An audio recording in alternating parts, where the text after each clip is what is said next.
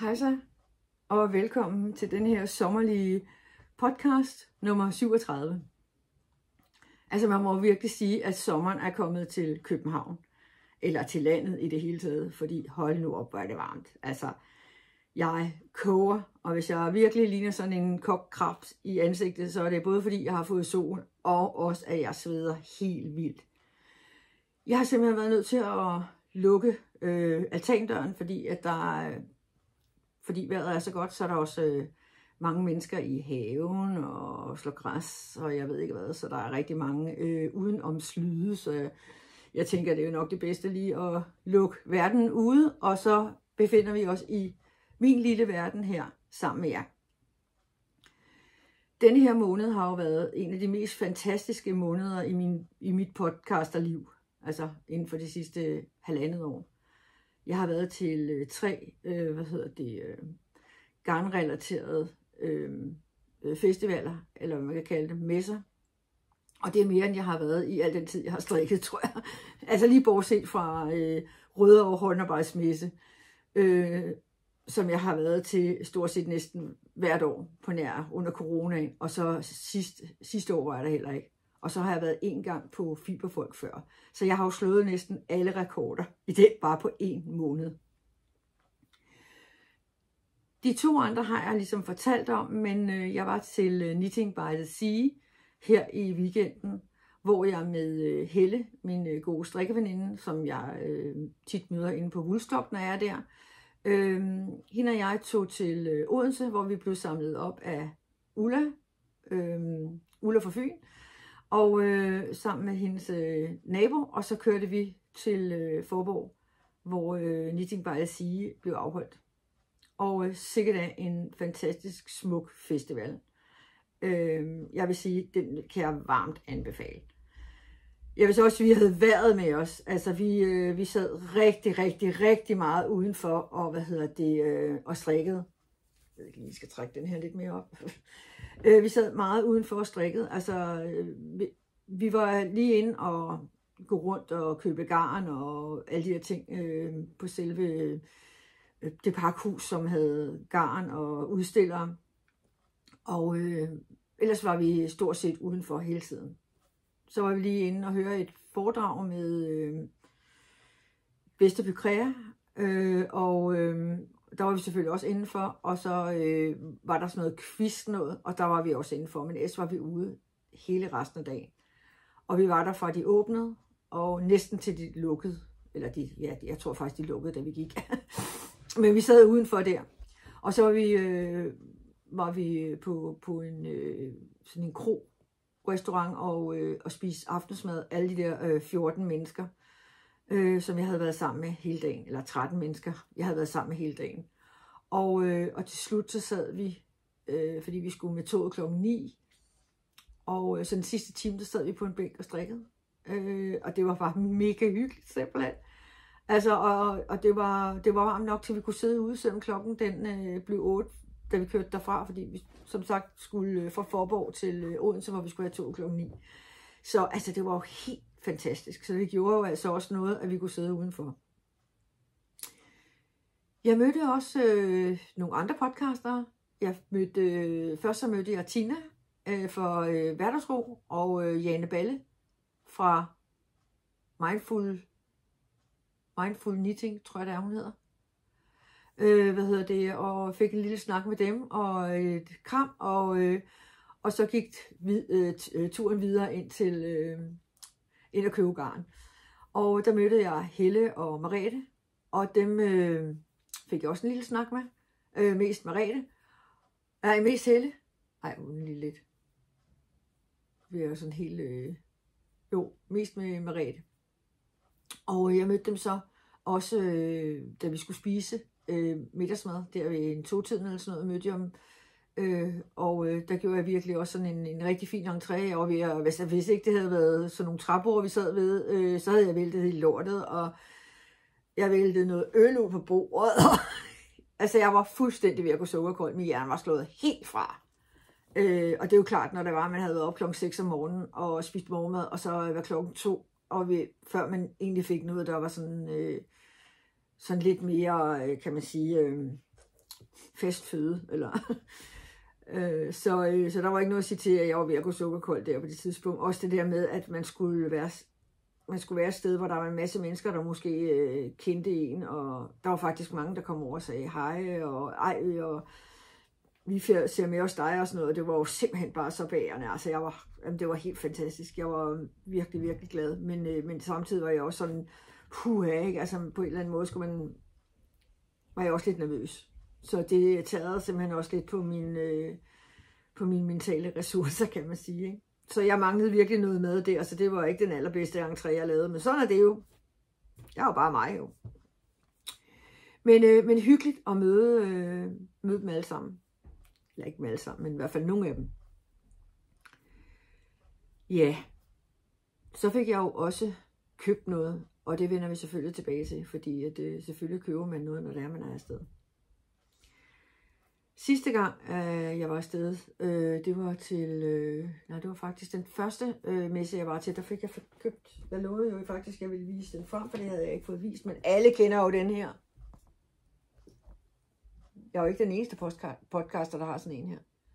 For Redesign, det var så ikke dem, jeg købte den af, det var nogen, der solgte garn også, jeg købte den. Og jeg vil bare sige, at det er simpelthen verdens bedste strikketaske. Når det er for eksempel, jeg skal ind i seng om aftenen, og jeg har strikket i her, så er det jo mega smart. Jeg gør bare sådan, jeg behøver ikke at lukke den eller noget. Jeg kan bære den ind sådan her, og så kan jeg lige slå den op i sengen, og så har jeg det her. Det er simpelthen bare blevet min yndling ud over alle yndling, fordi den er så bevæget. Altså, jeg kan have ting i målebånd og bla bla bla. Og den står godt, og så den er jeg virkelig blevet glad for. Det jeg kan vise, jeg har nede i denne her, strikketaske, det ene det er, at jeg viste jo sidste gang, at jeg var i gang med det her Water Lilies til min datter. Jeg laver det bare faktisk, at det eneste jeg bruger, det er teknikken på at lave blomsterne. Ellers har jeg lavet alt det andet om, fordi at min datter skulle ikke have jeg har det rigtige Water Lilies her, som jeg ikke havde med sidste gang, og jeg lovede, at jeg ville tage det med, sådan I kunne se mit Water Lilies sjal, og jeg har vist det før, men det var, tror jeg, episode 10 eller sådan noget, så det er mega lang tid siden, det var lige der jeg startede, tror jeg. Men mit ser sådan her ud. Og det er garn, jeg selv har farvet. Jeg så det på en messe. Jeg købte opskriften, og så gik jeg hjem i farvegryden, og så fik jeg lavet det her. Og det er jeg bare mega, mega, mega glad for. Jeg synes, det er nogle fantastiske farver simpelthen, og det er lige mig. Altså, og sådan er det jo, når det er, man farver til sig selv, så får man de farver, man gerne vil have. Men min datter ville jo gerne have og det kommer så til at se sådan her ud. Bare sådan for, at I lige kan se, hvordan at det ser ud, som jeg havde med sidste gang. Jeg mangler ikke ret meget, kan I se. Det er ved at være færdig. Må I se, hvor midten den er henad. Jeg tror midten det er her sted. Det skal jo blokkes. Der, det er midten. Så det er jo ikke fordi, jeg mangler særlig meget. Det kommer lige ned i den her, min lækre taske her. Og en af de ting, jeg købte på Knitting by the Sea, det er opskriften og det her garn her. Det ser sådan her ud. Det var et kit, jeg kunne købe, og garnet det er for magiske garner, og det er opskriften også. Det her det er en naturfarve. Det er 100 gram i og løber 800 meter, det vil sige, det er en lace. Så den bliver strikket med 2 tråde.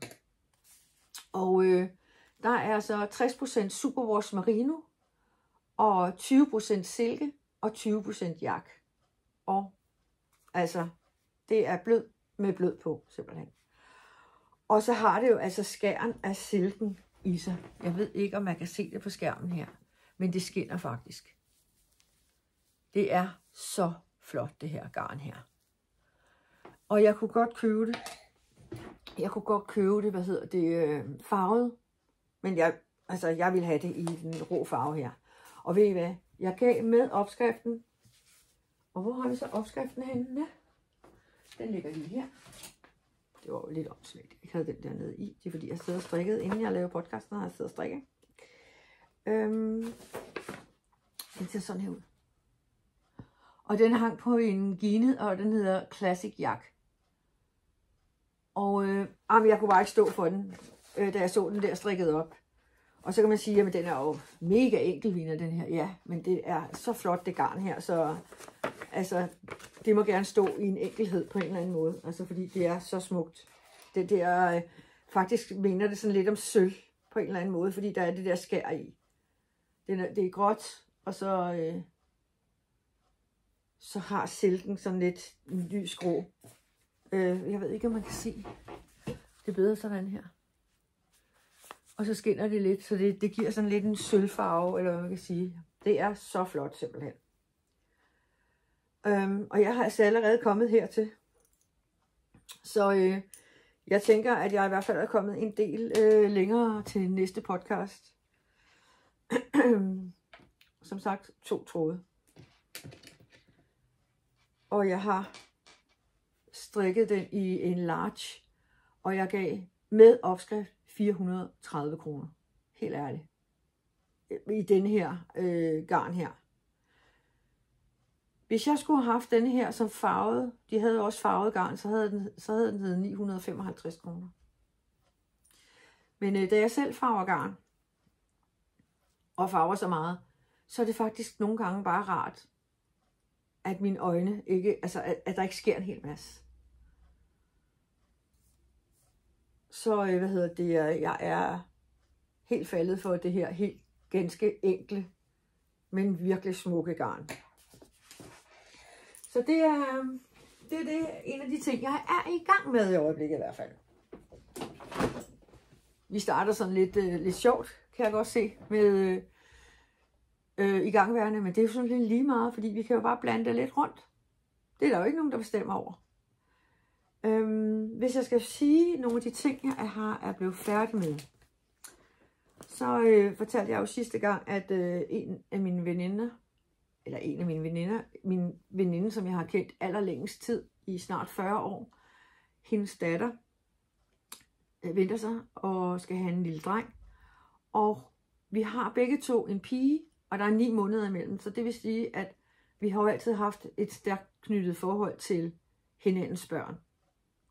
Så selvfølgelig skal hendes datter også have gavn af mine strikkekundskaber i form af en lille kuffert med lidt forskelligt børnetøj i. Og jeg skal heller ikke holde det skjult for nogen, men jeg kan faktisk rigtig godt lide at lave børneting. Jeg kan godt lide de her små, søde projekter, hvor jeg selv hvor jeg selv giver dem min form for twist af den ene eller den anden form. Eller bare et lille projekt. Jeg har strikket nogle kæmpe store projekter her på det sidste. Sweatersen til min kæreste med bjørnen på. Så har jeg strikket 2 bluser til min datter. Kummelusen og Sevillaen. Altså, så faktisk så trængte jeg måske til at lige lave nogle små ting. Så en af de første ting, jeg har lavet, det er de her små sokker. Og jeg har gjort det, jeg har sat en lædersnor i. Og jeg har brugt denne her, som hedder Symfoni. Den er så tilpas langhåret, at den ikke fælder, fordi at du strikker de lange hår ind i. Men det giver altså bare et eller andet totalt lækkert, at der er den der kant deroppe for oven der. Så der er bare en tråd med i en omgang. Og det er faktisk også, hvad der står i opskriften. Ikke at det her garn, men at man strikker med en ekstra tråd den første omgang. Og der har jeg så bare valgt at sætte den her ind som den første tråd. I de her små sko her, der har jeg sat en angora-kant. Og jeg tænker måske, det kunne blive sådan nogle hjemmesko. Altså dem barnet har på vej hjem. Det er et oktoberbarn. Så det vil jo være godt at få sådan et par varme sko på hjem. De er strikket i baby merino. Drops baby merino. Så det er jo nemt at smide ind i vaskemaskinen og alt muligt andet her. Det er det, jeg synes, der er bedst at lave babytøj af. Det der superwash. Og det er simpelthen fordi, at især i de alder der kan man ikke kun nøjes med at lufte tingene. Man kan godt lade være med at vaske dem så meget, men altså børn gylper og sådan nogle ting der, så de kræver nok en lille smule mere vask end bare, når barnet er et halvt år, så begynder det at hjælpe lidt på det. Men jeg har i hvert fald blevet færdig med de her sko her, og de hedder Buttercup Booties, og den har modelnummer, der hedder BM med store bogstaver, og 039. Nu kan vi se lige op. Det er en gratis opskrift, og jeg har nok lavet, uden at lyve, har jeg nok lavet 50 af dem her. Fordi at mine egne børnebørn, de fik i hvert fald 10-20 stykker hver. Fordi det var det eneste, der virkede fra de var 0 år, så til det var omkring 9 måneder eller sådan noget lignende, fordi de sparkede dem af. Så dem her har min datter, jeg har faktisk en halv pose fyldt med dem hernede, fordi jeg på et tidspunkt skulle vise dem frem, og jeg har også vist nogle af dem frem. Så de ligger faktisk stadigvæk her. Men det var simpelthen en af de ting, som min datter brugte allermest.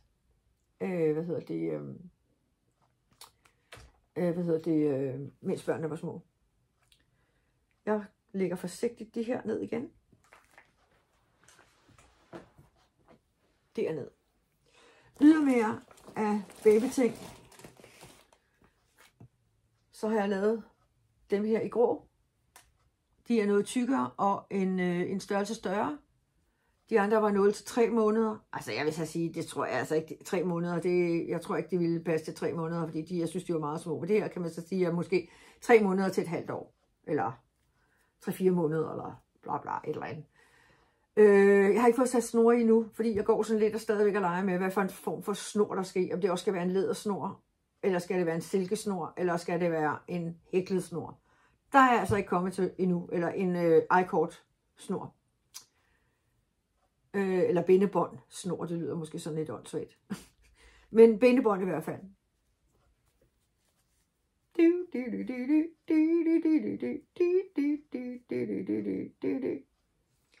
Til de her små sko har jeg lavet denne her. Er den ikke så? Prøv lige at se, hvor smuk den er. Og også prøv at se bagpå. Altså, hvor fin den egentlig faktisk er. Er den ikke bare smuk? Eller kær? Ej, altså. Det er Knitting for Olive, der har lavet denne her. Og jeg vil lige sige, at jeg har også opskriften på den anden. Glatstrikket her. Den her Voldemar, altså, det er, kan jeg huske, det var, ja, det er nogle år siden, altså, jeg skulle lave denne her.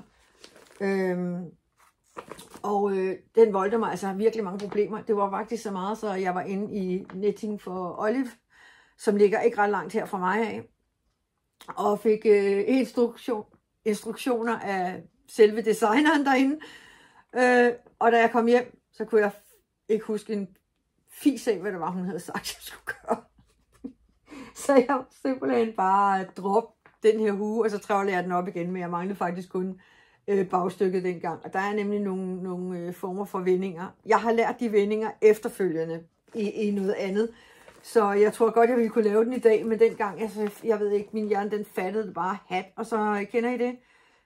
Så går man ind og får nogle instrukser. Og så når man kommer hjem, så kan man bare ikke huske, hvad var det nu? Hun sagde, var det til højre, eller til venstre, eller fremad, eller hvad var det? Så jeg jo på et tidspunkt, at de havde fået denne her. Det var ikke ret lang tid efter. Som er lavet i retstrikning, og en helt anden form for, indtagninger. Så den købte jeg jo med det samme, fordi jeg kan ikke stå for den her form. Altså den måde, som, ørerne er strikket med ind i. Det er jo genialt simpelthen på en eller anden måde. Altså det er virkelig genialt, og når det er, at man har strikket den, og se, når man skal sy den sammen, så kan man se, hvor genialt det egentlig er, den her opskrift egentlig er lavet. Jeg har jo rigtig mange år lavet denne her, der hedder Bonnie Bonnet. Den har jeg virkelig også lavet mange af. Og mine børnebørn har i hvert fald haft nogle stykker af den også. Plus jeg har lavet den som barselsgaver til mine jæses veninders, når de skulle have, så hun altid kunne være, moster, kan du ikke lige lave, kan du ikke lave nogle ting, må jeg ikke købe nogle ting, du lige har lavet? Og ja, så har jeg lavet blandt andet den her, og små sko, fordi det er noget af det, som jeg ved, at de unge mennesker gerne vil have. Men nu har jeg altså slået min kærlighed på den her, så det er ikke sidste gang, jeg laver den, fordi det var faktisk mega nem at lave. Så det var jeg rigtig glad for, og den er jo, altså der er jo ikke et øjetørt, altså. Der er virkelig ikke et øjetørt, er den ikke sød? Så det var også noget af det, jeg har lavet. Det jeg kan sige, det er, at jeg har lavet den i Drops Baby Merino. Og den her hedder farve nummer 19, den her grå farve her. Så har jeg, for at gøre det en lille smule tykkere og en lille smule varmere, sat, den her eksisterer altså ikke mere. Det var faktisk en meget fed garn, den her. Altså, den brugte jeg rigtig meget. Jeg elsker faktisk den her. Og der jeg har snakket om, at jeg har fundet nogle alternativer til den her, fordi de har stoppet med at lave den her, så fandt jeg nogle andre. Og det er jo Drops Lace, en mega tynd alpaca tråd, sådan her. Og det er heller ikke en, den er spundet sådan, så den fælder overhovedet ikke. Men den giver altså noget varme. Og jeg tænker, når baby bliver født i oktober måned, så vil det nok også være meget rart med, at det er en lille smule varmere. Så derfor den der alpaca er kommet med i. Det var Knitting for Olive, og de laver jo også nogle, altså jeg har mange opskrifter for dem også. Jeg synes, de laver nogle fantastiske, søde børneting, eller babyting. Yes. Den sidste ting, jeg har lavet færdig, det er dem her. Jeg ved ikke rigtig helt, hvad jeg skal synes om. Jeg håber, de er pænere, end de er på. Det er fra bogen Krumpe-Lumpe, Babys yndlingsstrik. Og det er jo også en af mine yndlingsbøger. Og det, som der måske er i det, og det er egentlig en ting, jeg altid har sagt til mig selv, det er, at jeg skal ikke strikke i noget garn til babyer, der er for tykt. Og der er altså flere opskrifter i den her bog her. Men de her bukser faldt jeg for, men det er jo faktisk også noget rimelig tykt garn. Og hvis man kan se, så går bukserne helt op under ærmerne. Nej, armene. Ærmerne. Helt op under armene. Så derfor så kommer konstruktionen til at se sådan lidt mærkeligt ud. Altså jeg ville jo gerne have, at de her stropper var lidt anderledes, måske lidt længere, og det ser ud sådan her bagpå. Altså der var noget konstruktion her, som jeg ikke var sådan helt tilfreds med, men jeg har gjort det efter opskriften. Og så var der nogle konstruktioner i, som jeg faktisk synes var rigtig gode. Så det var sådan lidt et mismatch mellem det ene og det andet. Men jeg synes altså, de er blevet lidt tykke i det. Nu får hun dem også, og så må hun selv om hun vil lade baby gå i dem eller ej. Garnet er der altså virkelig lækkert garn. Det er hjertegarns, merino cotton. 50% merinould og 50% bomuld. Altså skønt garn. Mere, hvis man nu skulle for eksempel sammenligne med Massi fra Ficolana, så ligner Massien mere uld, hvor den her faktisk ligner mere bomuld. Det er sådan lidt sjovt, det er nøjagtigt det samme blanding, 50-50. Men den her har altså mere et bomuldsluk, samtidig med at den er blød og lækker. Så det var lige et par babybukser til babykassen, eller kufferten, babykufferten, fra denne her afsindige lækre bog. Og jeg er ikke færdig endnu. Der kommer højst sandsynligt noget mere fra den bog.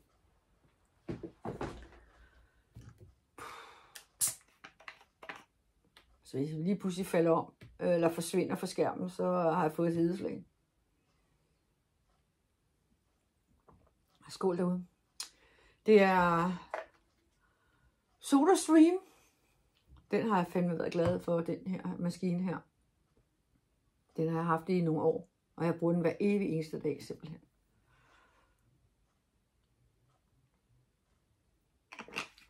Jeg blander aldrig noget i, og drikker kun vand. Ja.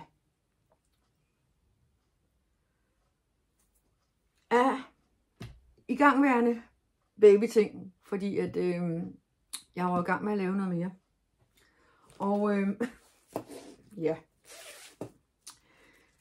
Nu så jeg lige her, mens jeg sad og lavede podcast, at der var kommet en besked fra Dave. Min pakke var kommet, fordi det der skete, da jeg strikker denne her. Kan I lige se, hvad der skete? Og det er min yndlingspinde. Det er dem her sammen med Lantern Moon. Det er simpelthen min yndlingspinde. Det er stort set næsten altid dem, jeg strikker på. Der er nogle tilfælde, hvor jeg strikker i metal. Især hvis jeg skal have noget, hvor det er ekstra spidse pinde. Ellers er det her det, jeg strikker i. Men som sagt, min pind, den knak sgu. Bedst som jeg sad og strikkede, så sagde det lige pludselig. Og her er resten. Og den kan ikke laves. Så jeg skyndte mig jo alt, hvad jeg kunne. Prøve at søge på, hvem havde den her størrelse. Til mit, fordi det er jo, min pinde er jo 7 cm. Her hedder de så vist nok 9, men det er fordi, de tæller metaltingen på vejeren med. Altså hvis man tager hele pinden, så kommer der jo 2 cm på her. Så derfor kalder de den 9. Men altså selve pinden er altså kun 7. Det er jeg i gang med at strikke. Nu må jeg lige sætte den her prop på her igen, så det er, at de her masker ikke ryger ud, så længe jeg ikke har en ordentlig pind. Sådan. Det er jo fra Lille Du, som er min anden børneyndlingsbog. Og I ved jo udmærket godt, at jeg har rigtig mange bøger. Jeg har rigtig mange Krumpe-Lumpe-bøger, som faktisk også er nogle yndlingsbøger. Jeg har faktisk også Lene Holm Samsøs Kærlighed på pinden. Den er jeg også rigtig glad for. Men Lille Du har været den, jeg har strikket. Af alle mine bøger, at denne her den, jeg har strikket mest for. Og den jeg har strikket, det er den, der hedder Stjerneskudsvitters. Og den ser sådan her ud. Og den er faktisk også bagpå, men her kan man måske se den lidt bedre, fordi der ikke er tekst indover. Sådan her ser den ud. Er den ikke fin? Og igen kan jeg lige vise, at når det er, at man har en bog, og skal bruge, diagonal, mønsterrapporten, så bruger jeg den her magnet, og så sætter jeg min plade ind. Det er jo dødhamrende smart at bruge de her magnetplader på den her måde, at man faktisk kan bruge dem inde i bøgerne. Og det er ikke ret lang tid siden, jeg fandt ud af det trick her. Altså, så var det sådan noget med at få dem forstørret op på computeren og printe dem ud i større størrelse og bla bla bla bla for at kunne følge med i den her. Eller også sad jeg og faktisk tegnede min bog. Altså det var jo heller ikke skide smart, vel? Men nu har jeg også fundet ud af, at de her tynde her, de kan gå ind. Så det er jo genialt simpelthen. Men jeg har brugt de her 2 garner. Eller den her garn her. Og det kom til at se sådan her. Som sagt kunne jeg jo næsten have været færdig, hvis det var, at den der skide pind, den ikke var knækket. Men en sindssygt lækker farve. Det jeg har strikket i, det er Trunte. Ciao Trunte for hjertegarn. Og det er, også 100% Superwash Merino. 50 gram, løber 180 meter, rimelig tynd. Til pind 2,5 cirka. En strikkefasthed på 28 masker. Den grå har jeg ikke nogen farverapport til, fordi at, den havde jeg altså ikke nogen banderole på. Jeg ved ikke, hvad den er blevet af. Men, eller har jeg? Det passer slet ikke, det jeg sidder og siger. Altså, det er typisk mig med alt mit sludder. Jeg har den faktisk her. Den hedder 1800. Og den søgrønne her hedder 6410. Det er det, de her 2, jeg bruger. Jeg prøvede faktisk først med en hvid. Altså den her med så hvide streger i. Men det, altså, det kunne jeg slet ikke se. Det var ligesom om, at den grønne her, den spiste den hvide. Så jeg var simpelthen nødt til at sadle om og pille det op, da jeg havde lavet et stykke, fordi det kunne jeg lige så godt gøre med det samme. Og så sadlede jeg simpelthen om med en grå i stedet for. Og det tror jeg også bliver rigtig, rigtig fint. Og så kommer den faktisk til at passe til huen jo. Det er godt nok ikke sådan helt den samme garn, men det er jo også farven, den grå farve faktisk meget lig huen og de små sko. Så det er jo fint, at det passer sammen på den måde. Så det var lige den her stjerneskuds sweaters. Nu vil vi se, om jeg har den færdig til næste gang, jeg har podcast, så I kan se den færdig. Den er mega sød og mega fed opskrift. Det er Trine Påskesen, der har lavet den. Altså hende, der også bliver kaldt Trine P. Hun har kreeret den bog der, og jeg vil bare sige, at de der opskrifter, der er i, de er simpelthen bare totalt spot on. Og det har simpelthen også været derfor, det har været min yndlingsbog i så lang tid, fordi de er rimelig nemme, opskrifterne. Jeg har ikke fundet nogen fejl i dem.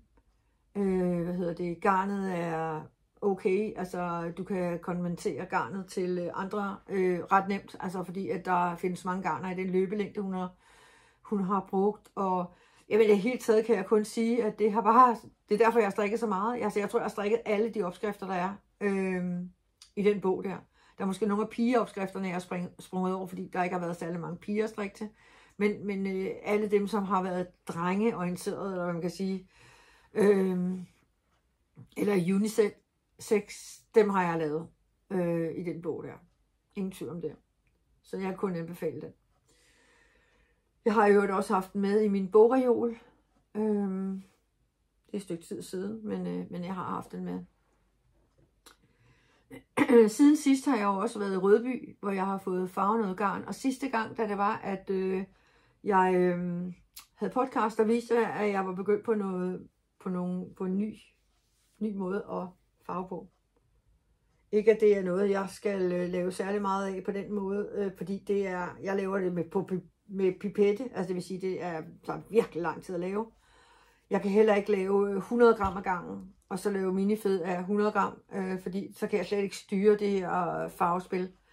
Så, men jeg viste, at jeg havde farvet det her, og jeg lovede også at vise, hvordan at det kom til at se ud, når det var, at jeg strikkede med det, og det kommer til at se sådan her ud. Jeg går lige lidt tættere på. Sådan her. Det jeg gerne havde ville, det var måske, at det blev sådan lidt mere, altså blomster, altså det er jo blomsteragtigt her, men det her, det ligner jo sådan helt skovbund med, eller ikke skovbund, men sådan en helt buket blomster. Men jeg ville måske gerne have, at blomsterne lå lidt mere spredt. Så det jeg har farvet efterfølgende, der har jeg ikke lavet lige så mange blomsterrapporter, som jeg har gjort her. Der har jeg taget, tror jeg, 2 blomsterrapporter af. Det vil sige, at rapporterne mellem er blevet lidt større, måske sådan her i stedet for, hvis man fordeler det ud. Jeg har også lavet en blå. Den er her.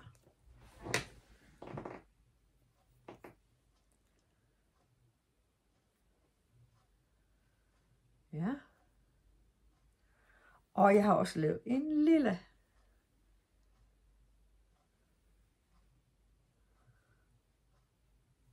Og jeg vil sige igen, det kommer til at se sådan her ud cirka. Bare i de andre farver.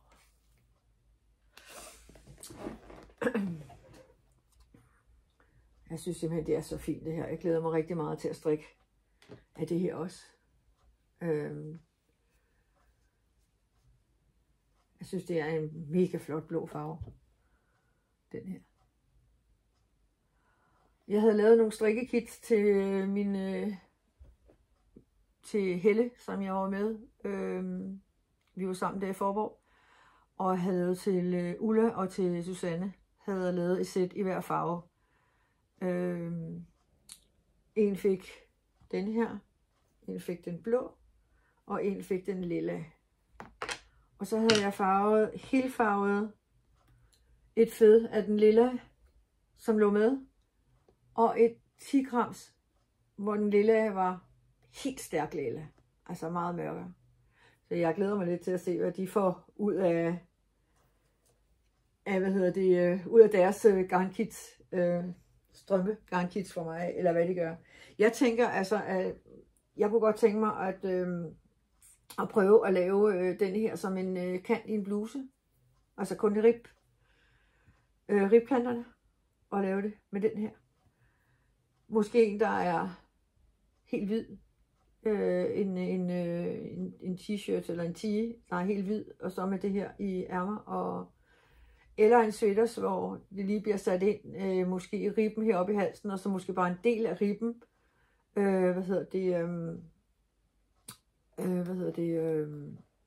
på blusen. Og man kan jo se, hvordan den ser ud her i rib, hvis man lavede den i rib. Så bliver den lidt mere koncentreret. Så det bliver så næste forsøg, jeg lige laver med den. Men ellers er jeg i hvert fald glad for hvordan det kom til at se ud. Og det er meget lige det, jeg egentlig havde inde i mit hoved, da jeg farvede dem.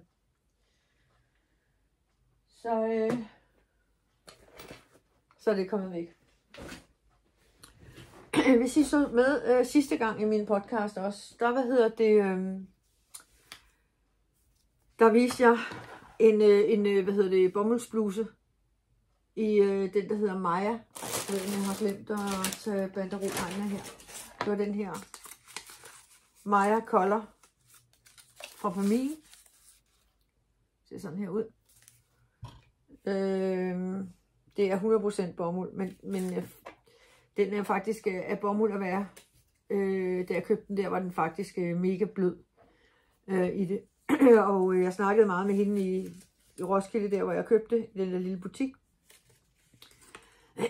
Hvor jeg købte den der opskrift for Pamin af, som jeg har smidt af helvede til, fordi at den var altså ikke særlig god. Og hun sagde, jamen det bliver ikke, det bliver blevet ved med at være rigtig lækker bomuld. Og nu har jeg altså, fordi at jeg travlede det op, så vil jeg jo vaske det, for ikke at det vil få, altså for at få det rettet ud, så det ikke havde alle de der bølger, når det var, at man trævlede det op. Fordi det kan man altså godt se, når man strikker af det igen, hvis man strikker sådan noget bølget noget. Så jeg har jo travlet op og vasket det, og det er kommet til at se sådan her ud, eller i hvert fald for at vise jer, hvordan jeg har vundet det op på min vinde til sådan en her, og så har jeg vasket det. Og jeg har vasket det i uldsæbe, altså for at bevare blødheden. Og lad mig sige det sådan, det er blevet hårdere af at blive vasket. Og jeg har ikke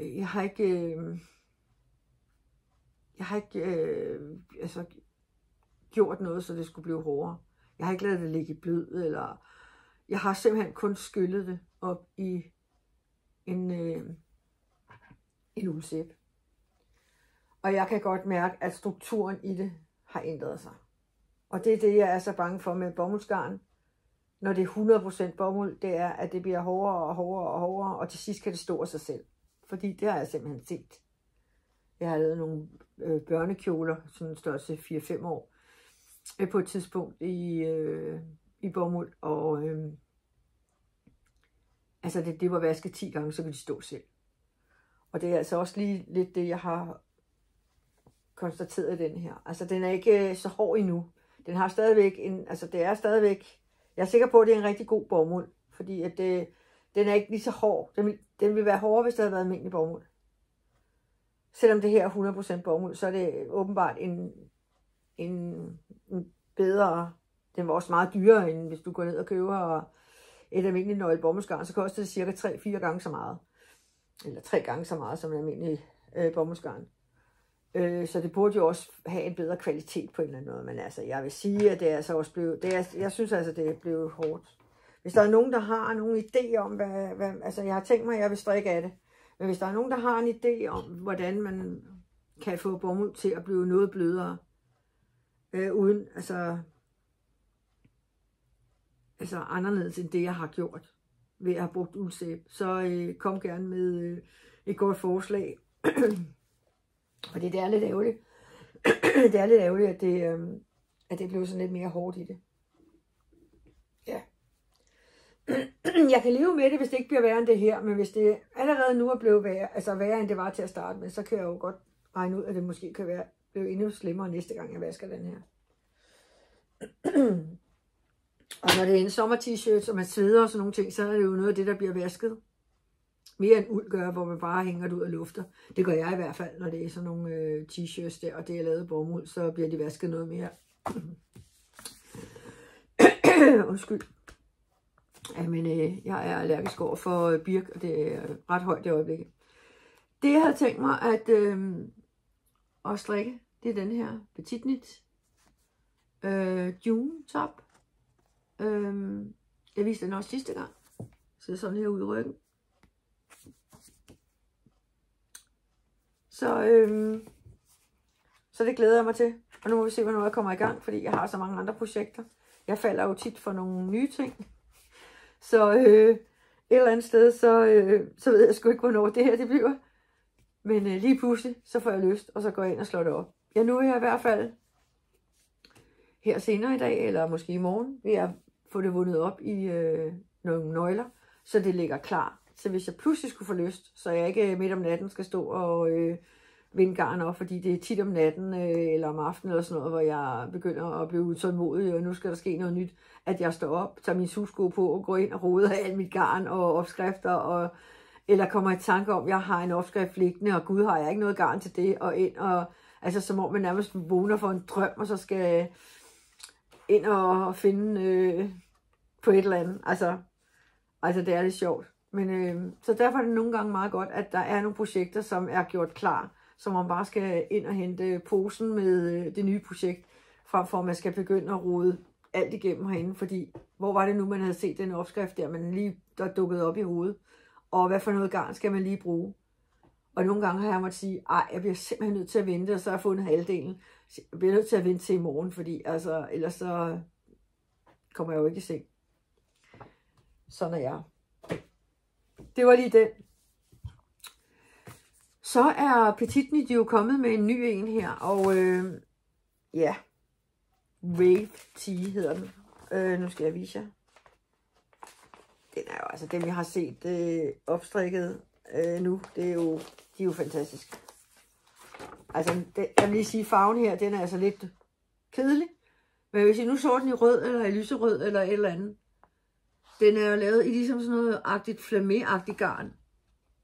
Kan I se den her? Det, der er gode ved den her opskrift her, det er faktisk også, at... Nu skal jeg lige se, om jeg kan finde den.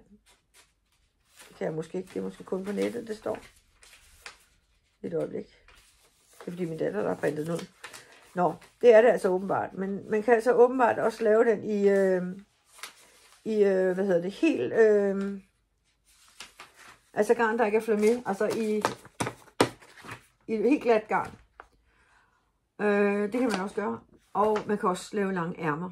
Så man får simpelthen, man får faktisk flere opskrifter i en opskrift. Ved at have den her. Og jeg tænker jo faktisk, at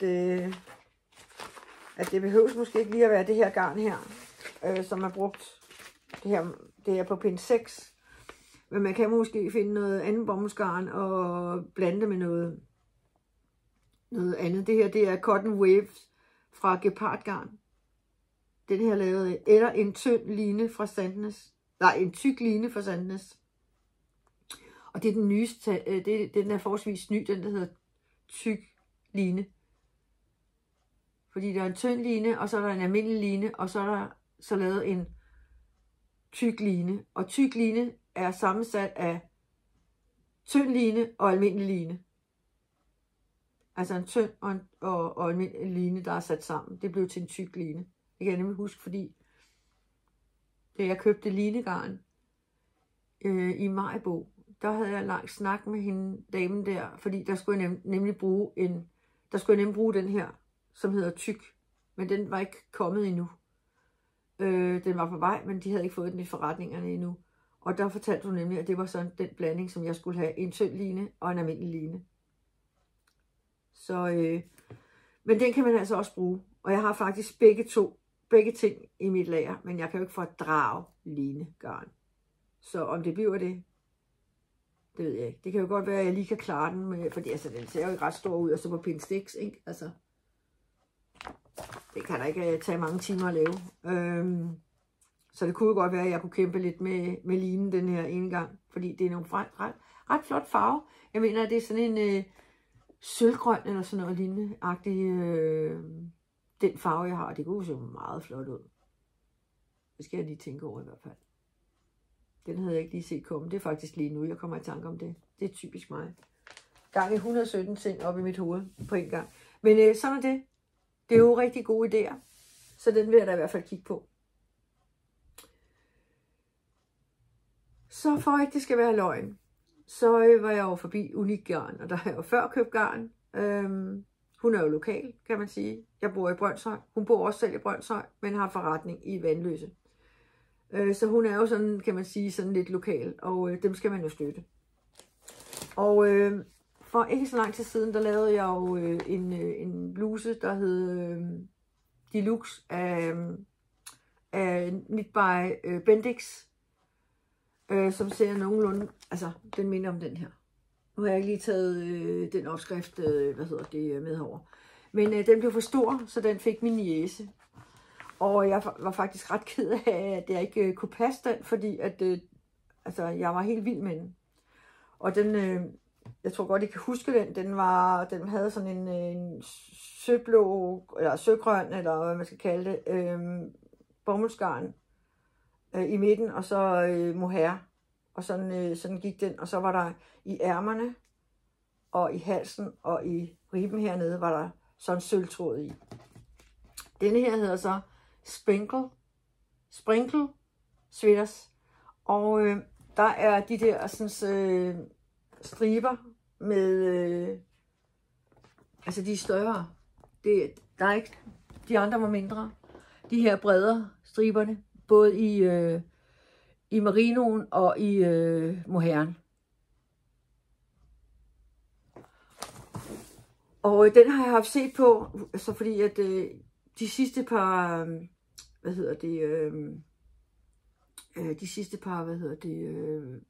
messer, jeg har været på, garnmesser her, i den her måned her, der har Unik Garn været der også. Og der har hun haft den her hængende, som model op over hendes garner, og så har der været lavet kit til. Og nu er jeg simpelthen nødt til at købe kittet, fordi nu opdagede jeg, at hun havde et kit, hvor der var guld i. Og i denne her, der er der guldtråd, eller metaltråd i alle, de her sådan, striber. Altså striberne, der bliver lavet med det her, merino. Hvor den anden kun havde det i ærmerne og heroppe. Så så måtte jeg jo ind og købe en ny opskrift, selvom jeg havde en, der mindede om den. Og 2, så måtte jeg jo simpelthen have den her pakke her. Og jeg synes faktisk heller ikke, den var dyr. Jeg synes faktisk, den var mega billig. Jeg gav 500 kroner for det her sæt. Det synes jeg godt nok var billigt. Altså uden opskrift, men alligevel.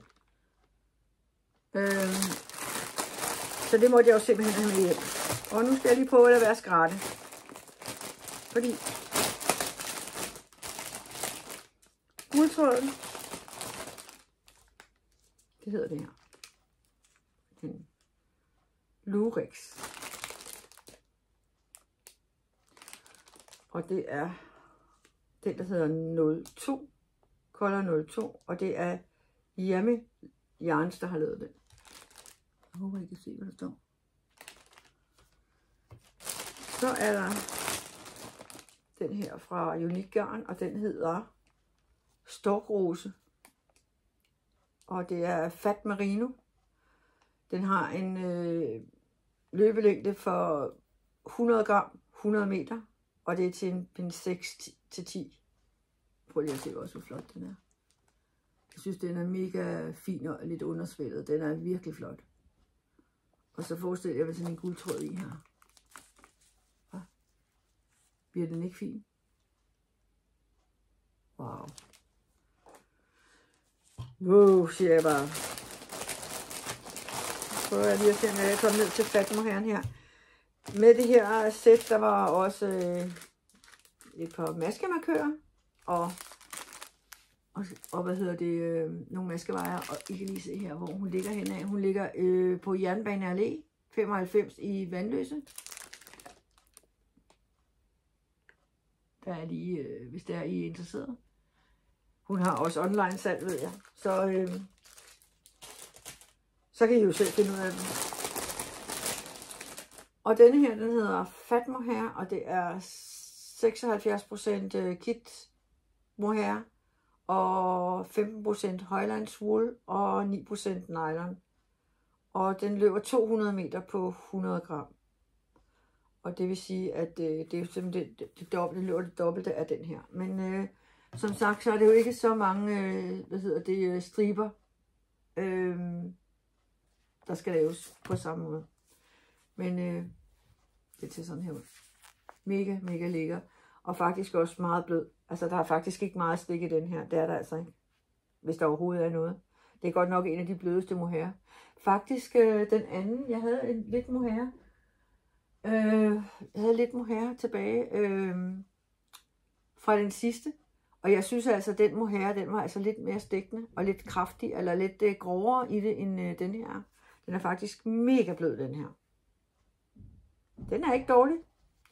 Den er god, Unik. Så nu lægger jeg lige det her forsigtigt ned igen, så det ikke ligger og... Det er jo en hvid en, og med mig i nærheden af det hvide. Altså, jeg skal nok få væltet en kaffekop eller et eller andet. Jeg har nogle gange sådan nogle mærkelige bevægelser. Har I også det? Så har jeg ryddet hele bordet. Altså, jeg har altid kvaret. Altså, og det har altid været. Altså.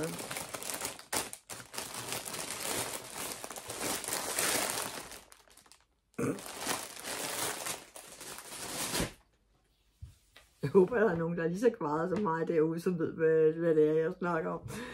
Altså, virkelig, virkelig.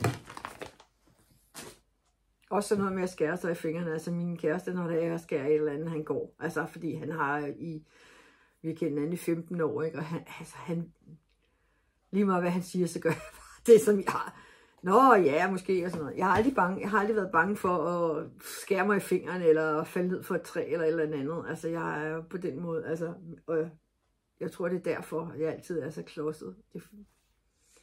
Fordi det her med at skære sig i fingrene, det gør jeg altså også tit. Jeg har fuldstændig glemt, at vi har en kitkasse med i dag.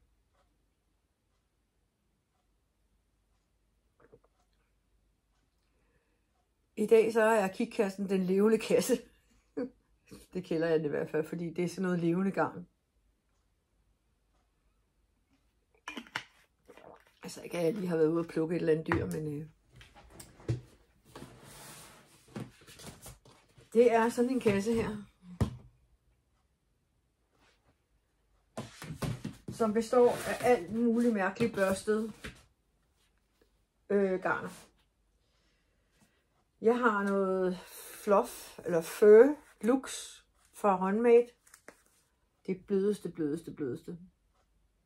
Og også noget af det mest syntetiske overhovedet, der findes. 100% polyester, kan I slå den mig. Og jeg vil lade mig sige det sådan, jeg tror det meste af den kasse er lavet af gamle flasker. Men det behøver der heller ikke være noget i vejen for. Fordi det her laver jeg jo ikke en helt bluse af, men det kan jeg måske lave en bamse af, eller et eller andet. Eller sætte ind i en taske, eller et eller andet. Altså, det hedder et eller andet. Fordi det er et eller andet.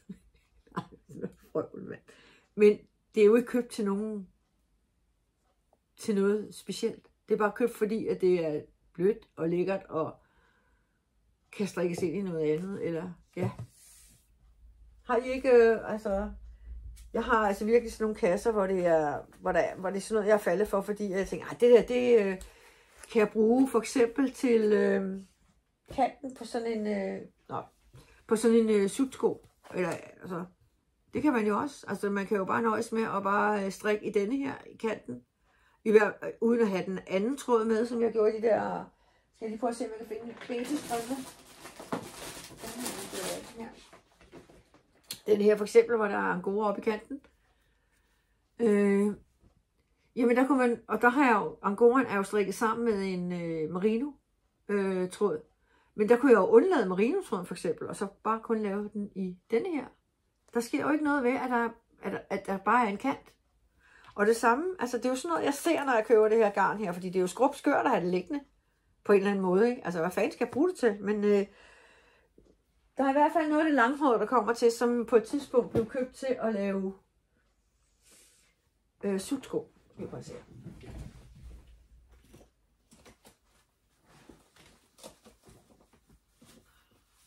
På et tidspunkt for lang tid siden, der lavede jeg sådan nogle sutsko. Og heroppe i kanten, der, det burde nok have været lidt, lidt kraftigere det her. Altså det her, det har stået i mange år bare pyntet. Men heroppe, der har jeg jo sat sådan noget fluffgarn i. Og noget af det her garn, det blev faktisk købt dengang til, når jeg lavede sutsko. Altså kunne der lige komme sådan en kant, altså noget fluffy noget. Fordi det synes jeg så meget godt ud. Noget var virkelig langhåret. Det her, det er jo bare sådan ganske stille og roligt. Men noget af det lavede jeg rigtig puff hele vejen rundt. Så dem har jeg bare stående til pynt, de her. Men er de der søde, ikke? Sætter jeg lige der. Nå. Der er så noget mere mikrogarn. Det er 100% nylon. 50 gram har 40 meter. Det er jo altså ikke meget. Men altså, prøv lige at se farven, ikke? Wow. Det kunne blive til ørevarmere. Det kunne man jo godt. Kunne man ikke?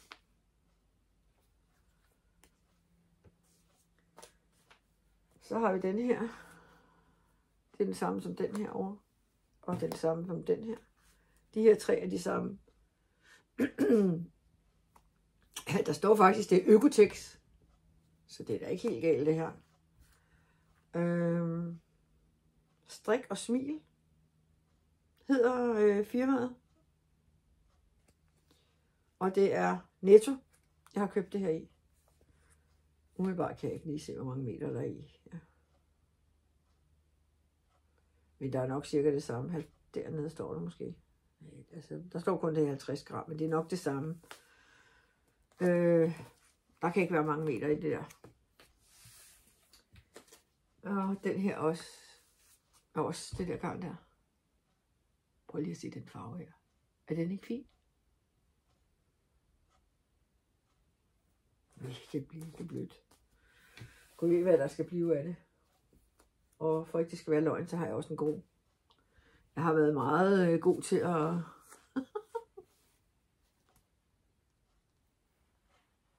Måske kan det blive en lille bamse ud af det her. Nå, så kommer vi til det sådan lidt mere spændende garn. Der har vi noget her, også for en Netto, der hedder Fluffy. Men det er ligesom, det er sådan to, der er blandet ind i hinanden. 50% polyamid og 50% akryl. Og det ser sådan her ud. Det er også sådan noget rigtig fluff noget. Med lidt gråt i. Altså, og det her, det er købt til at komme ind i tasker, altså i alt sådan noget lærkebakke bluser. Og jeg har jo faktisk en trøje, jeg lavede sådan en lærkebakke-stil, hvor jeg har brugt rigtig meget af sådan noget her. Forskellige garn. Der er noget her uden banderole. Det ser sådan her ud. Det er sådan nogle... Ja. Sådan noget sjovt noget, der har lidt forskelligt i, kan man se. Der er en, der ser sådan her ud, og så er der en, der ser sådan her ud.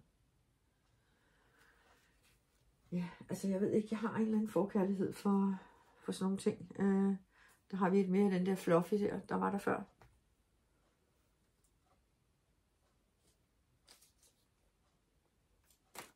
Så har vi sådan en her, hvor det er en bouclé-agtig en. Det er sådan nogle små lykker, i hvert fald, der sidder. Masser af små lykker. Også syntetisk. Der er den her, der er lavet af hjertegarn, der hedder Op 21. Den er gået lidt fra hinanden. Det kunne være, at man lige skulle binde den op her, når jeg alligevel skal pakke det sammen. Men det er jo sådan nogle, bobler, der er her. Og jeg fik faktisk også en her af Helle. Den havde hun med til mig. Ja, den fik jeg af hende. Den ser sådan her ud. Det er også nogle bobler. Den skal ned i den her kasse, så det var måske meget godt, at jeg lige huskede, at den var her. Er den ikke flot? Prøv lige at se de farver der. Gul og blå og grøn og lyserød og hvid.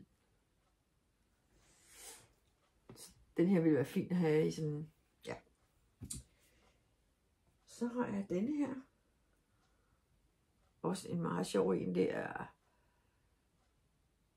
mange forskellige garner, der er sammensat her. Det er sådan en, prøv at se den her. Sådan en her. Fint bånd. Og så en lidt grå uldgarn eller et eller andet. Og så sådan en fluffy en her, der er sat sammen. Og det giver denne her. Altså også noget. Det skal også bare ind i et eller andet en dag ved lejlighed.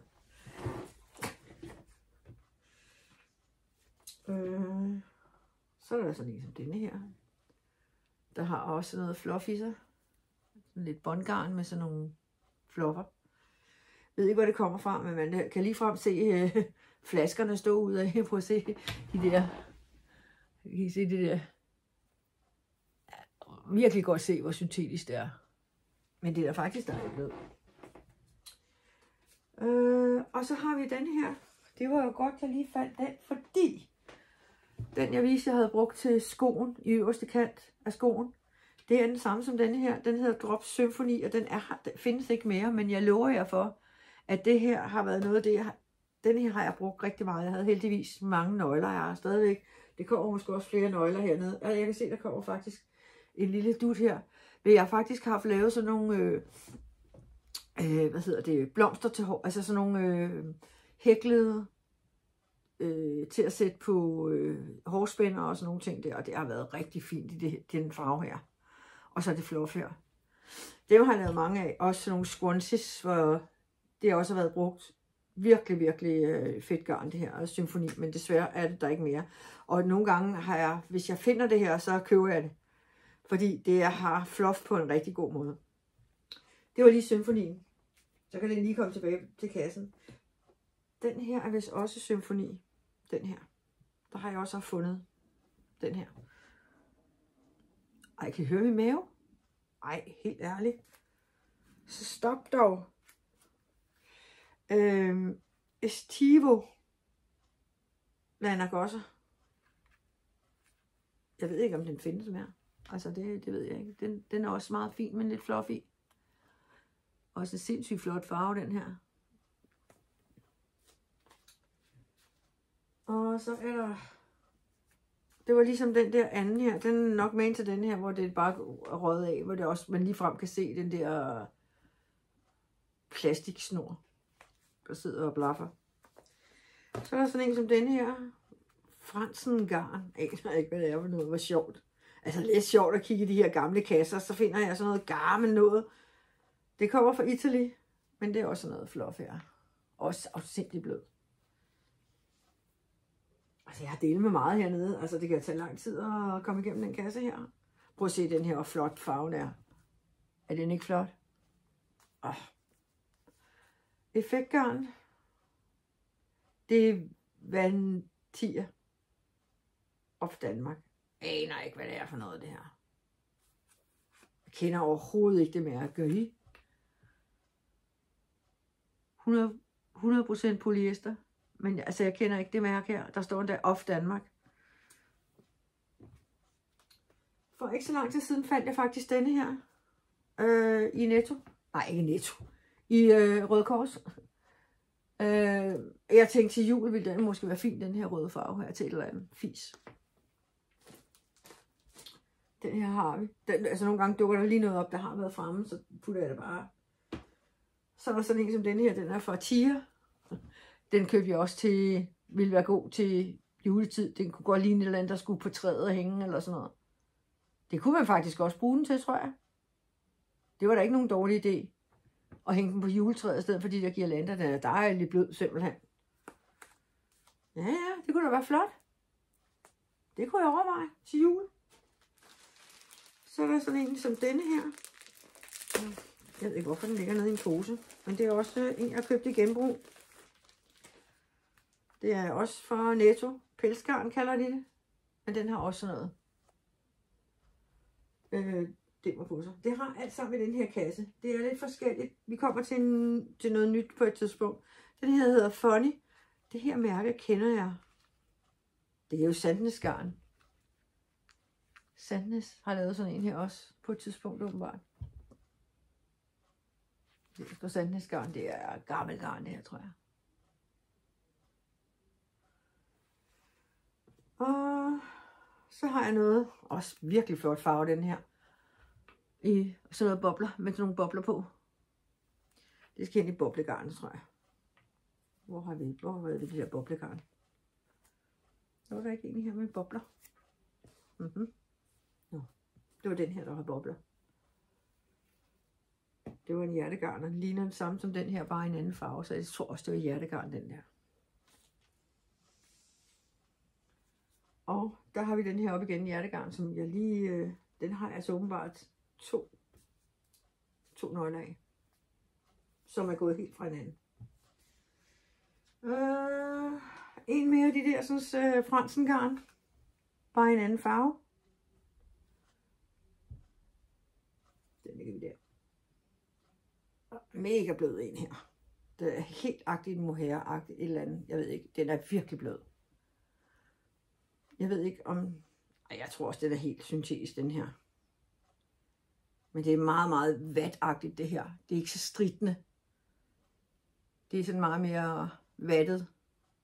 Det virker vattet, som om det er vat. Så har vi den her fluffy her. Ej, det er også bare på lige at se farven, hvor fin den er. Og det er ikke en skøn farve. Den har jeg også haft fremme før. Fluffy for Netto.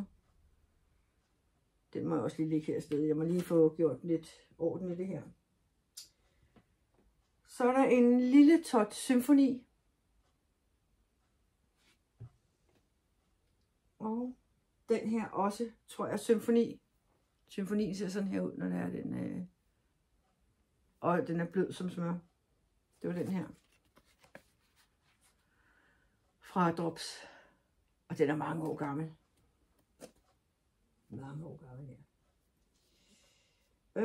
Jeg har nogle flere af de her boblegarner. Jeg viser dem bare lige frem. Der er nogle med nogle kæmpe store bobler her. Og nogle med nogle små bobler. Og multipels. Multipelsen. Også 100% polyester. Mere boblegarn. Hvis man kan kalde det. Og den her boblegarn. Jeg er altså sikker på, at det her det er hjertegarns. Også de her to her. Den kommer derover sammen med hjertegarn. Så har en helt hvid boblegarn. Sådan en kunne man jo godt strikke ind. For eksempel bare i en periode, eller hvad man kan sige, eller rapport. I stedet for at strikke boblerne, så kan man jo bare tilføre boblerne. Smart, ikke? Så har jeg sådan en sjov en her, som det er en buklegarn. Det er jeg vist ikke i tvivl om. 8 kroner på tilbud. Så har den kostet 26 kroner i Panduro. Så har jeg nok set den ligge til 8 kroner og tænkt, den der må jeg have. Den her tror jeg er for tigeren eller sådan noget. Kunne det passe? Også noget boble noget. Det er simpelthen... Den her, den er... Altså det er næsten ligesom at røre ved flasken her. Altså der er nogle af de her ting, som selvom det er 100% polyester, som er noget blødere, altså og ikke lige så plastikagtige som for eksempel den her. Den er helt ekstremt plastikagtig. Så er der en boucle mere her for den der, og de vantier for Danmark. Of Danmark. Ja.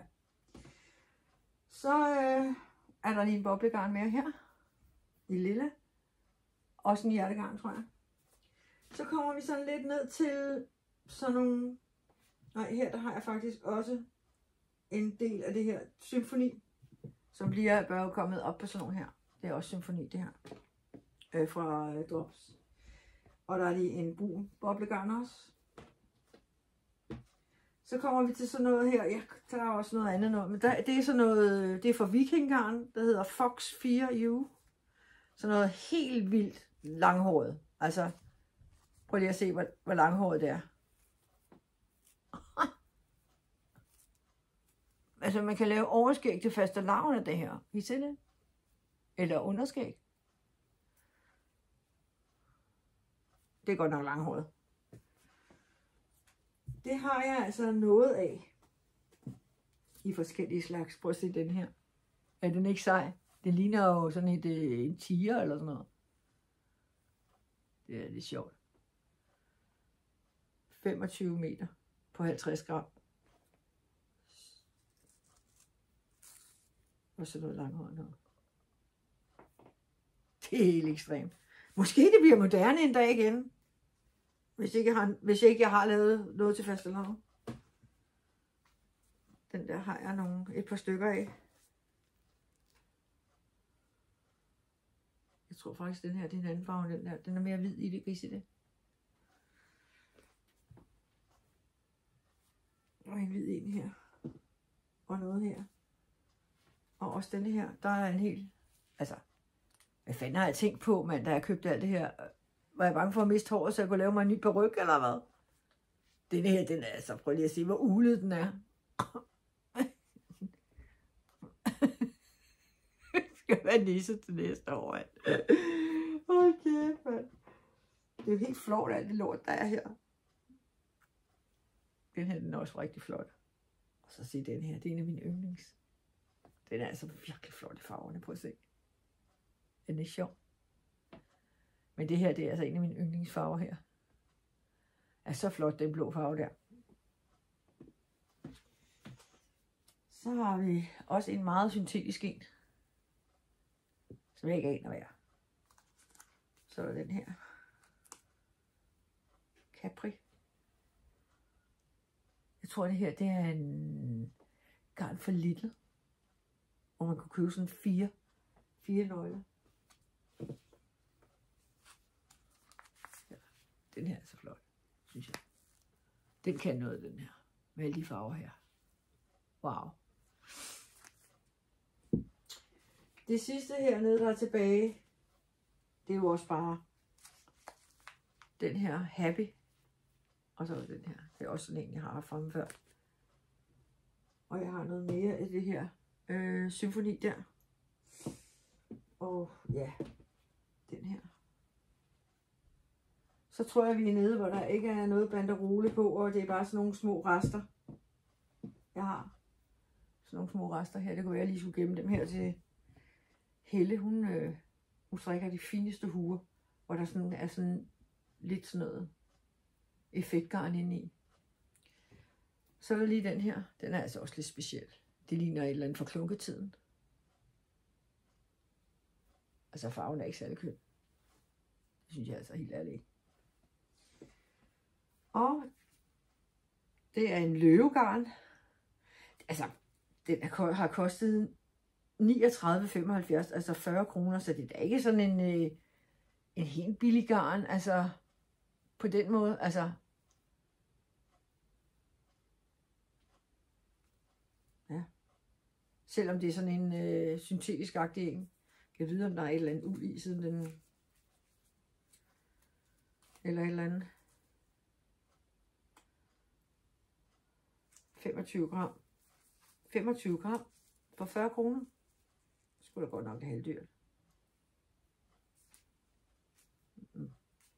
Ja. Og der står 100% polyamid, men det er altså åbenbart ikke helt billigt at lave det her. Altså nogle af de her garner her. Ved du hvad? Vi må sige, det er det. Nu har jeg i hvert fald set mine langhårsgarner og fluffygarner og boblegarner. Og det er jo ikke det, jeg går ned på heller. Men jeg har altså lidt en forkærlighed for det, selvom at de der effektgarner, dem bruger man ustyrligt sjældent. Og alligevel har jeg ved ikke, hvor mange kasser af forskellige slags. Det her var bare den her slags. Så har jeg jo vist kasser med noget andet effektgarn i. Altså, så jeg har altså en eller anden forkærlighed for noget, som man bruger aldrig, som i næsten aldrig. Jeg har mine Lærke Bagger her, der har jeg lige brugt 2 af de her effektgarner. Ej, også den her. Lidt har jeg brugt, men det er jo ikke, fordi det er jo ikke engang et kvart nøgle. Men det kunne godt være, at jeg skulle til at lave nogle flere af de der Lærke Bagger tasker der, så jeg kunne få brugt noget mere af mit effektgarner. Eller en trøje mere, eller en sweaters, eller en bluse. Men jeg tror, det bliver til vinter, fordi det er jo noget ret tykt noget, når det kommer til stykket. Nu har jeg jo alt det her liggende her på mit bord, så vi er kommet til bogreolen. Så jeg bliver nødt til lige at tage mine bøger herover og prøve at se, om jeg kan skubbe det her lidt, fordi det gider jeg simpelthen ikke at rydde op nu. Måske jeg lige kan kaste det her ned i. Jeg vil faktisk gerne lige have det, sorteret engang, tænker jeg. Sådan. Når nu jeg har det fremme. Men bogreolen i dag, det byder på 3 bøger. Den første bog, det er Strikkede krammedyr. Jeg har jo altså en del af sådan nogle bamsebøger, og sidste gang havde jeg vist Strikken Bondegård med. Men jeg har altså nogle bøger, som også er med dyr af forskellige slags. Og denne her, den er altså virkelig, virkelig, virkelig sød. Der er 12 krammedyr med tøj, og 6 par bondegårdsdyr og 6 par skovdyr. Altså 12 i alt, 6 af hver. Og jeg har bare taget nogle af dem med. Der er også rigtig, rigtig god, nu slår jeg bare op på en af siderne her, hvor man kan se, hvordan at man laver de forskellige ting. Så der er også en rigtig god vejledning til, hvordan at man laver dem, og hvordan man syr dem sammen og sådan nogle ting. En af de her dyr, som man kan lave, det her får. Det er virkelig sød.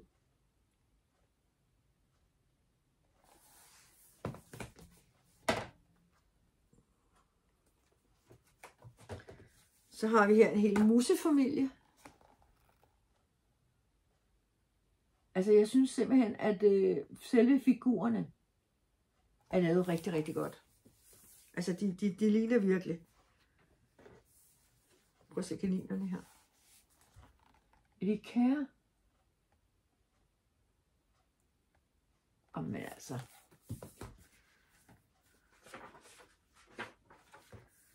Så er der en bamsebjørn. Altså hvis man kan lave det lige så godt som hende her i bogen her, så er de faktisk sådan meget lignende, eller hvad man kan sige. Man skal ikke gætte sig til, hvad det er. Prøv at se dem der. Er det ikke skønne? Altså det er simpelthen min yndlings, de her ræve her. Men jeg elsker også ræve. Er de ikke søde? Men altså. Er det at gå i barndom, hvis man lavede nogle af dem her? Men altså, det udtryk, de har, de er så fine. Jeg kan varmt anbefale den her bog her. Hun hedder Lis Løvdal Floating Hansen. Og den er fra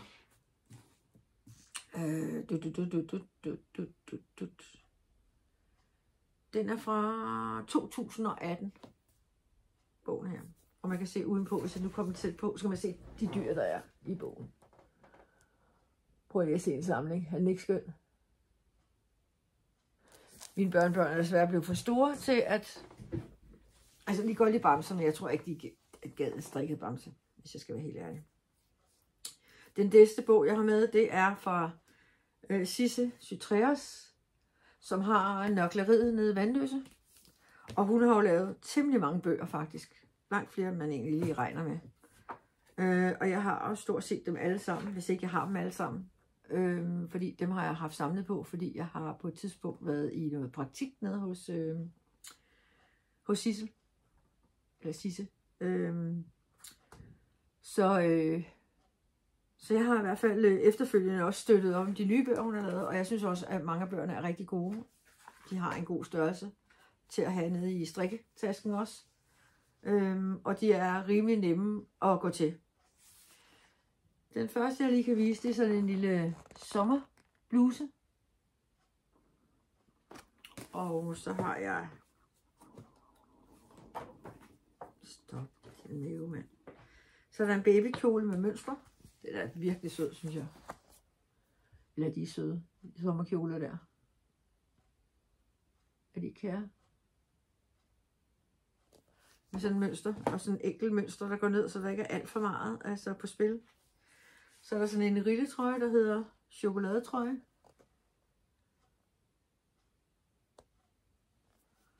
Så meget tyk i det. Så man lige har noget tyk garn. Og så er der dem her. Og det er altså en hækleopskrift. Så jeg tænkte, den vil jeg da også lige vise frem. Den her hæklede lille sommertrøje. Til en lille pige. Ja, en dreng kan vel også sådan på. Det var Sisse Sytreos. Og nu vil I er ved det, så vil jeg lige sige, at Sissel mødte jeg også på Knitting by the Sea. Så jeg fik lige en kram der af Sisse. Så var det jo sådan, at dernede i Faaborg, der holdt Thea Vesterby, altså Vesterby Krea, som hun også hedder, et foredrag på en time om, hvordan hun var startet, og den hjælp, hun fik, og hvor hun var i dag, og sådan nogle ting. Og udover det, så havde hun sin bog med, som er lavet i 24, som hedder Strik i struktur. Og det er altså en kæmpe bøf af en bog, vil jeg lige sige. Altså, den er virkelig stor. Og det er bestemt ikke en taskebog, vil jeg sige. Den er kæmpe, kæmpe stor. Men der er de lækreste opskrifter. Og jeg vil bare lige sige, at en af de fordele, jeg sådan har set i bogen, det er, at der faktisk, jeg synes skriften er sådan nogenlunde fornuftig i størrelse. Altså jeg behøver ikke de allerstærkeste briller på for at se, og sådan noget som for eksempel diagrammer. De er lavet meget store. Og det synes jeg virkelig er en fordel. Der er nogle gange nogle af de der diagrammer, når jeg ser dem, altså de er så små, mand, så jeg skal have lupband for at finde ud af, om det er en grøn eller en blå, jeg skal bruge, eller hvad det er. Og der vil jeg bare sige, at alle diagrammerne i den her bog, de er ligesom de er forstørret op. De er store. Altså, så det er bestemt en fordel. Jeg fik den selvfølgelig signeret. Og jeg tror, det er min 4. bog af de bøger, jeg har, der er signeret. Og det er jeg jo rigtig glad for. Det sætter jeg jo pris på.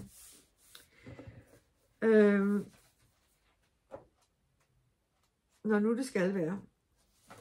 Den første, jeg viser, den hedder Vesterby Krea nummer 09. Den ser sådan her ud. Det er sådan en tynd mohair-agtig tingest med, en masse læsmønster i. Jeg kan lige prøve at se her, om der står noget om, hvad det egentlig er for noget garn, der er brugt. Det er en mohair lace. Og man kan åbenbart lave den i to forskellige varianter.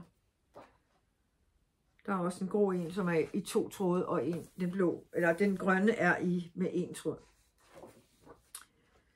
Så har jeg en anden en med. Se hvad den hedder. Det er den samme, altså Vesterby Krea nummer 9, men det var cardiganen. Prøv lige at se, hvor fin den er.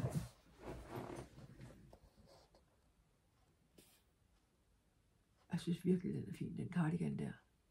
Og den egner sig helt vildt til kjoler.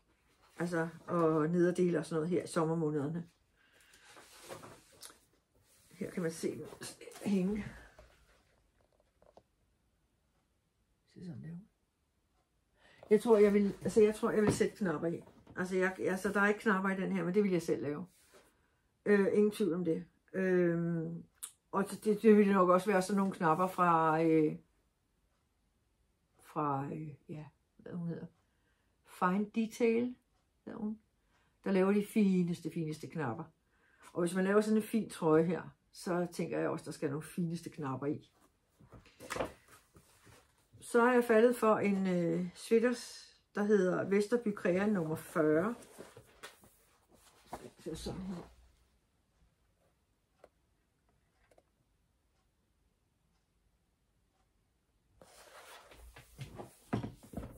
Også rigtig fint, synes jeg.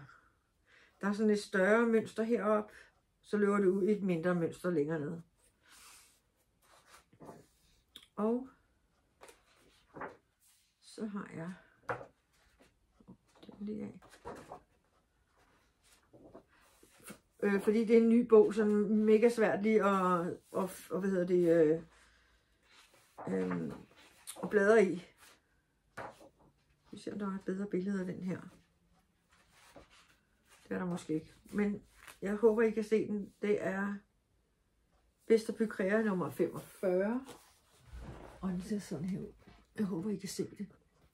Mønstret i den. Den er altså også fin.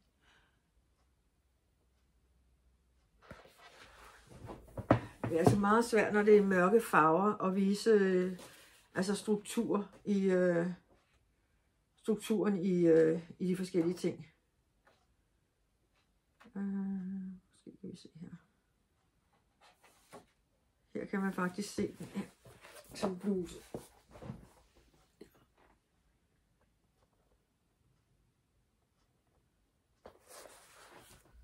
Altså virkelig struktur, der er gang i den her.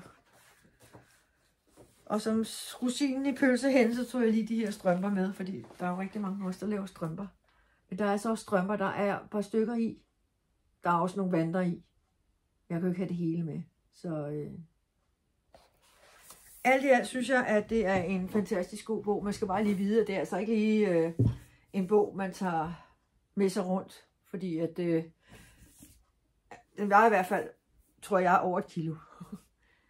Eller 1 kilo, måske. Så, virkelig nogle flotte mønstre der i. Det må jeg sige. Virkelig flot bog, hun har lavet der. Så tager vi lige en skål. Skål derude.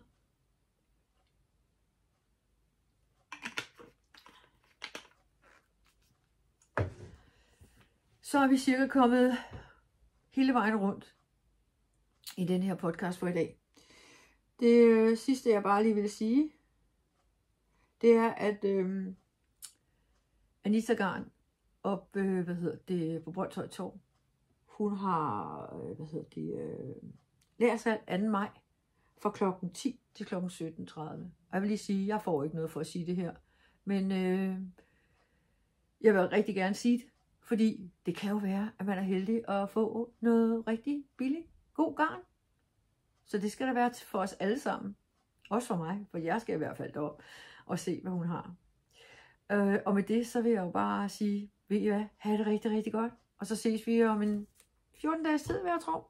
Og så ser vi, hvad der er blevet færdigt der. Så ud og nyd det gode vejr. Og få strikket en hel masse. Pas på ikke at sidde for lang tid i solen. Jeg sad en time i går, og jeg har kløet hele natten, fordi at, jeg kan ikke så godt tåle solen. Og når jeg får så meget på en gang, så bliver jeg rød, og så klør det. Så pas på derude. Hej hej.